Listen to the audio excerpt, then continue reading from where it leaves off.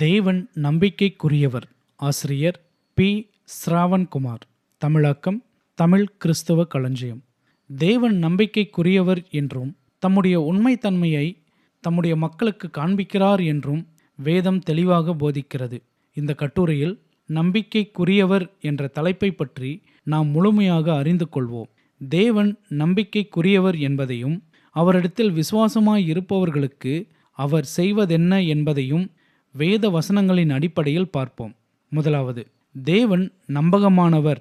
நம்பிக்கை என்பது ஒரு நபரின் நிலையை குறிக்கிறது. உண்மைத்துவம் என்பது தேவனின் பண்புகளில் ஒன்றாகும்.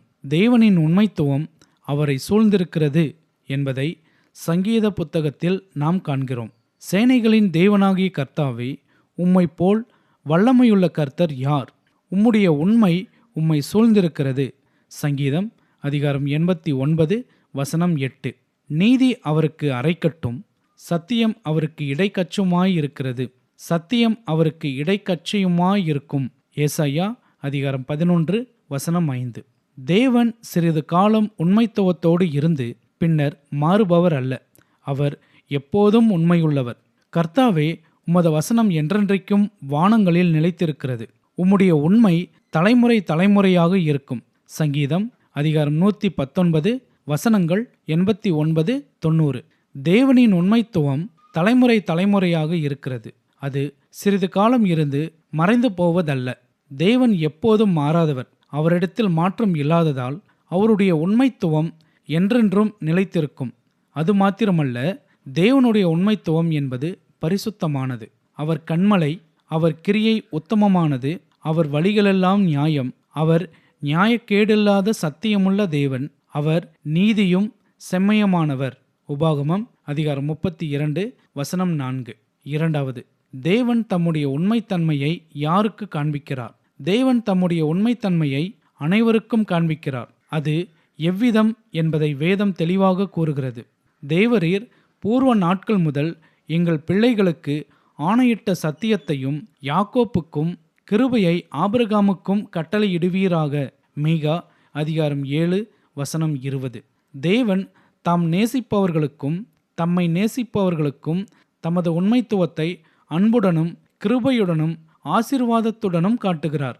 அவ்வாறே தேவன் தம்மை வெறுப்பவர்களை நியாயம் தீர்ப்பதின் மூலமும் தமது உண்மைத்தன்மையை காட்டுகிறார். அவர் பூமியை நியாயம் தீர்க்க வருவார். அவர் பூலோகத்தை நீதியோடும் ஜனங்களை சத்தியத்தோடும் நியாயம் தீர்ப்பார்.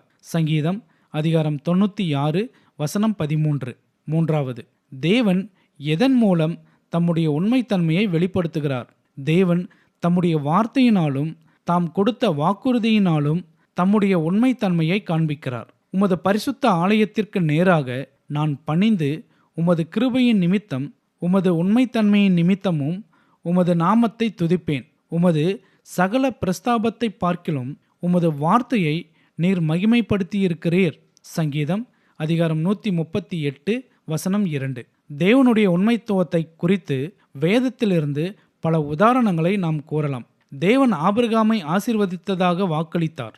அவர் சொல்லியபடியே அந்த வார்த்தையை நிறைவேற்றினார். பார்வோனை அழிப்பேன் என்று மோசேயிடம் சொன்னார். அந்தபடியே அவர் செய்தார். இதிலிருந்து தேவன் தம்முடைய வார்த்தையில் உண்மையுள்ளவர் என்பதும் அவருடைய வாக்குறுதியை தவறாமல் நிறைவேற்றுவதால் அவருடைய உண்மைத்துவத்தை நாம் புரிந்து கொள்ள முடிகிறது. நான்காவது, தேவன் நாம் உண்மைத்துவத்தோடு இருக்க வேண்டும் என்று விரும்புகிறார். தம்முடைய உண்மைத்துவத்தை காண்பிக்கும் தேவன் மனிதர்கள் தம்மிடத்தில் உண்மையோடு இருக்கும்படி கட்டளையிடுகிறார். இன்று நான் உனக்கு விதிக்கிற உன் தேவனாகிய கர்த்தருடைய கட்டளைகளின்படியெல்லாம் செய்ய நீ கவனமாய் இருக்கும்படிக்கு அவர் சத்தியத்திற்கும் உண்மையாய் செவி கொடுப்பாயானால் உன் தேவனாகிய கர்த்தர் பூமியில் உள்ள சகல ஜாதிகளிலும் உன்னை மேன்மையாக வைப்பார். உபாகமம் அதிகாரம் 28 வசனம் 1. அவருடைய எஜமான் அவனை நோக்கி, நல்லது, உத்தமமும் உண்மையுமுள்ள ஊழியக்காரனே, கொஞ்சத்தில் உண்மையாயிருந்தாய், அநேகத்தின் மேல் உன்னை அதிகாரியாக வைப்பேன். உன் எஜமானனுடைய சந்தோஷத்திற்குள் பிரவேசி என்றான். மத்தேயு அதிகாரம் 25 வசனம் 1. நாம் தேவனிடத்தில் உண்மையாக இருந்தால் தேவன் நமக்காக பலவற்றை செய்வதாக கூறுகிறார். நாம் உண்மையாக இருந்தால் தேவன் நமக்கு செய்வது என்னவென்று பார்ப்போம். தேவனிடத்தில் உண்மையாய் இருப்பவர்களை பராமரித்து பாதுகாக்கிறார். முதலாவது, தம்மிடத்தில் உண்மையுள்ள ஜனங்களை தடுமாற்றத்திலிருந்து காக்கிறார். ஆனால் இந்த பாதுகாப்பை துன்மார்க்கருக்கு தேவன் வழங்குவதில்லை என்பதை நாம் காண்கிறோம். அவர் தமது பரிசுத்தவான்களின் பாதங்களை காப்பார். துன்மார்க்கர் இருளிலே மௌனமாவார்கள், பெலத்தினால் ஒருவனும் மேற்கொள்வதில்லை. 1 சாமுவேல் அதிகாரம் 2 வசனம் 9. கர்த்தருடைய பரிசுத்தவான்களே, நீங்கள் எல்லோரும் அவரில் அன்பு கூறுங்கள். உண்மையானவனை கர்த்தர் தற்காத்து இடும்பு செய்கிறவனுக்கு பரிபூரணமாய் பதிலளிப்பார். சங்கீதம் அதிகாரம் 31 வசனம் 23. தமிழ் வேதாகமத்தில் உண்மையானவனை என்று குறிப்பிடப்பட்டுள்ளது.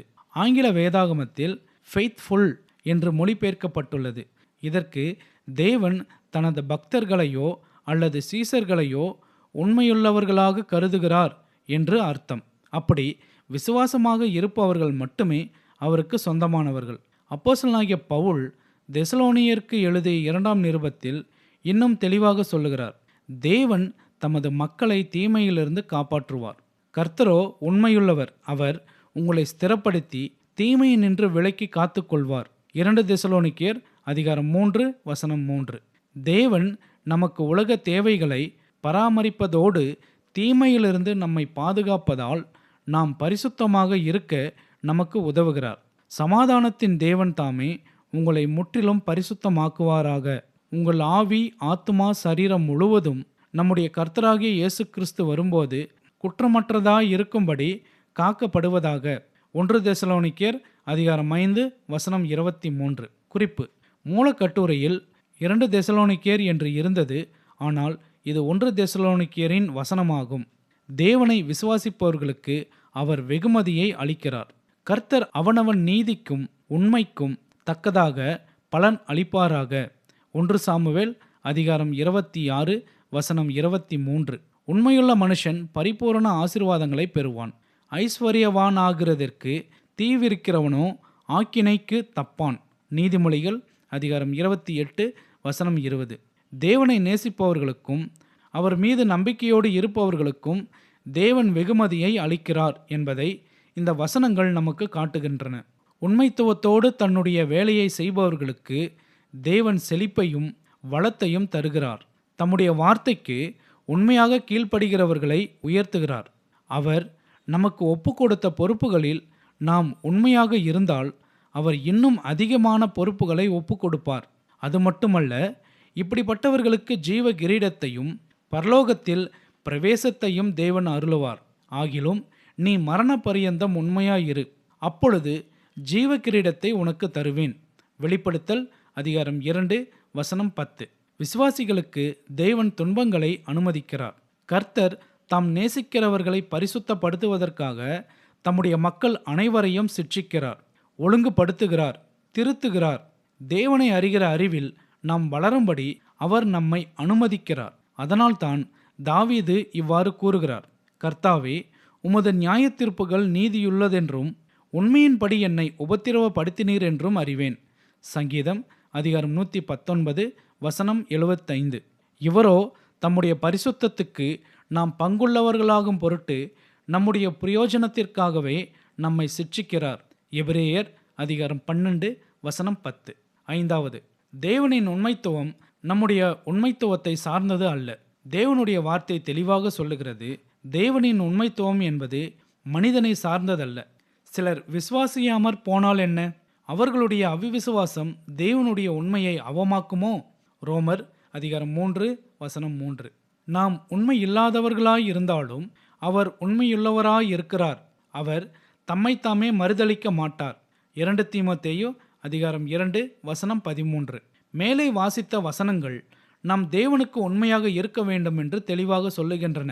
ஆனால் நாம் உண்மையுள்ளவர்களாக இருப்பதால் தான் தேவனும் உண்மையுள்ளவராக இருக்கிறார் என்று நினைப்பது தவறு. தேவனுடைய இயல்பான குணமே அவர் உண்மையுள்ளவர் என்பது தான்.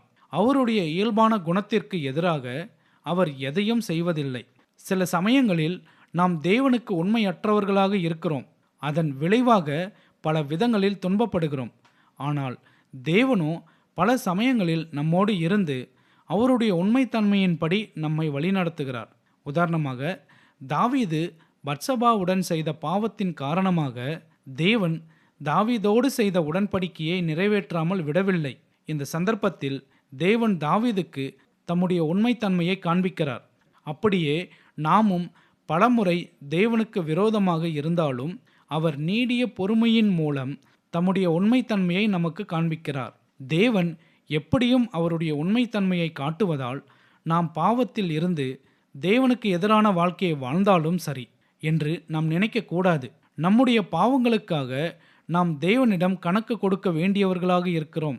தேவனுடைய இயல்பான குணத்தையும் இஸ்ரவேலர்களின் இயல்பான குணத்தையும் உணர்ந்த தானியேல் தேவனிடம் இவ்வாறு ஜெபித்தார்: ஆண்டவரே, நீதி உமக்கே உரியது, வெட்கம் எங்களுக்கே உரியது.